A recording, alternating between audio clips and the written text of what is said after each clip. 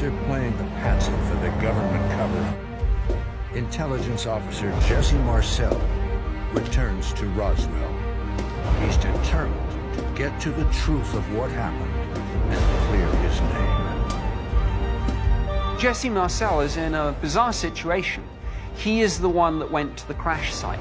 He's the one who got his hands on the debris and realized immediately this was something different. Possibly, almost probably, something extraterrestrial. And yet here he is, the fall guy. Adding insult to injury, when Marcel was in Texas, Captain Sheridan Cavett, his junior ranking officer, filed a report supporting the weather balloon story. Marcel tries to push back and says, hey, that's not what happened. I want you to rewrite that, tell the true story. To which Cavett responds, if you don't like it, take it up with Washington. It's clear Major Marcel's hands are tied. But as his son recalls, the military's position is one he refused to agree with. There's still a feeling like there's something very unusual about this. It was not something commonplace like they would like to say weather balloon or radar target. Marcel's, to me, are at the center of everything with the Roswell story. And any indication we can get to substantiate the claims that have been made by the Marcels just further adds to the credible, reliable testimony we have related to this incident. Your father didn't think it was a weather balloon or a radar target? Never did.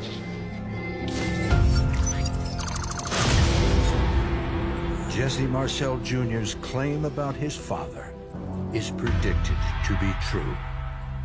It's great to hear that this came back as true because it's just another thing in a consistent line of testimony from Jesse Marcel. Did he ever suggest we weren't supposed to talk about it? Was there any kind of discussion about what was said at the base and let's not talk about this anymore in those first few days? I don't recall that exactly, but I think the implication was there. It's over with. Don't say anything more about it. 3 months after the Roswell crash, Marcel is transferred to Washington. Jesse Marcel is given a promotion. He is assigned to be one of the intelligence specialists studying what the Soviets are doing in relation to development of their own nuclear program. He may be the fall guy, but he's somebody that they need in the system and on side. Jesse is a strict military man. He is a career soldier, and he has to go by what he is told and what his superiors tell him to do. Luckily for those searching for the truth, there is one vital witness unbound to a military code.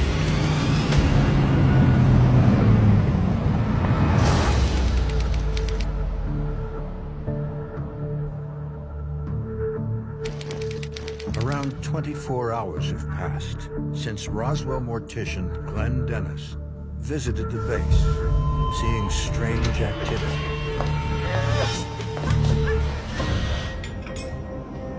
He's returning to Hangar 84 because he's concerned for a nurse friend who works in the hospital wing. Glenn Dennis's friend invited him to come back to the base to meet him for lunch. She said she had something very important that she wanted to tell him. This story is Glenn Dennis's most jaw-dropping claim for why there was a Roswell cover-up. She looked like Death One Doe. She said, you won't believe what happened. She said, but I've never seen anything so this. I said, well, look, you're a nurse. And I said, anytime you're in this business, you're going to see a lot of things. I said, you may as well get used to it. She said, no, just hit what it is. Then, the words that come out of her mouth next leave Dennis absolutely stunned. She said, this is something that no one's ever said.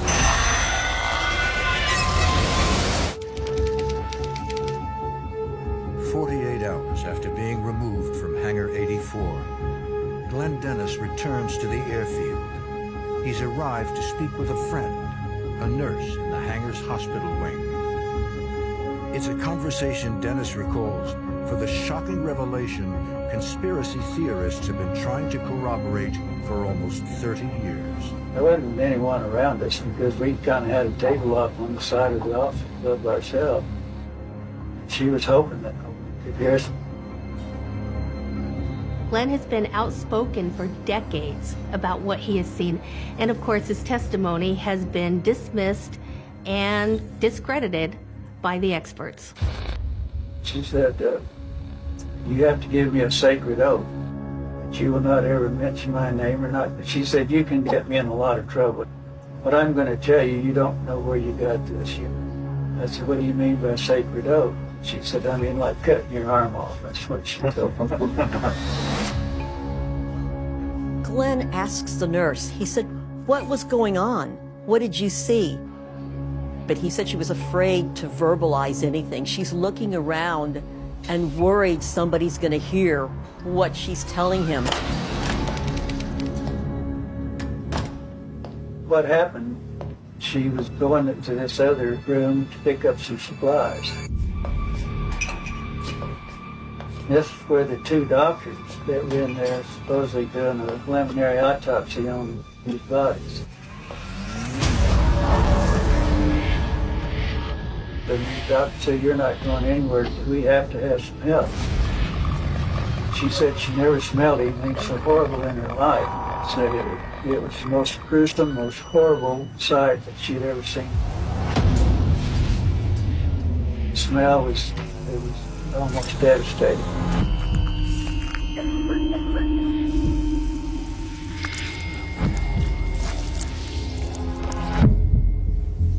Glenn's additional testimony from the nurse is that there was a terrible stench coming from the bodies, and they were getting sick. They were going into the hallway and then returning to complete their duties, complete their work. The testimony of this nurse is of great import because we have somebody who is witness to an actual autopsy. So that means we have fatalities of a crash and descriptions of beings that are clearly not human. The government is in possession of extraterrestrial beings. She said, this is something that no one's ever seen. The alien autopsy at Roswell has always been one of the most contentious parts of the Roswell story. Reason for many skeptics to dismiss all of Glenn Dennis's testimony as untrue. Of all the many, many witnesses with stories to tell about Roswell, his have been perhaps the ones that have been disbelieved most. If that testimony is absolutely truthful, then we are in new territory here. We are in this situation now where arguably the most extreme part of this whole tale is validated. She said, this is something that no one's ever seen. The two doctors that were in there supposedly doing a preliminary autopsy on these bodies. She said there was 3 bodies. 2 of them were very mangled. Can this testimony be trusted? 2 of them were very mangled.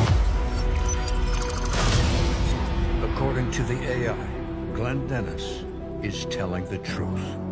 This is groundbreaking. It's going to take me a while to get my head around this. It's fascinating. She said there was 3 bodies. It's very difficult to find the words to react to this right now.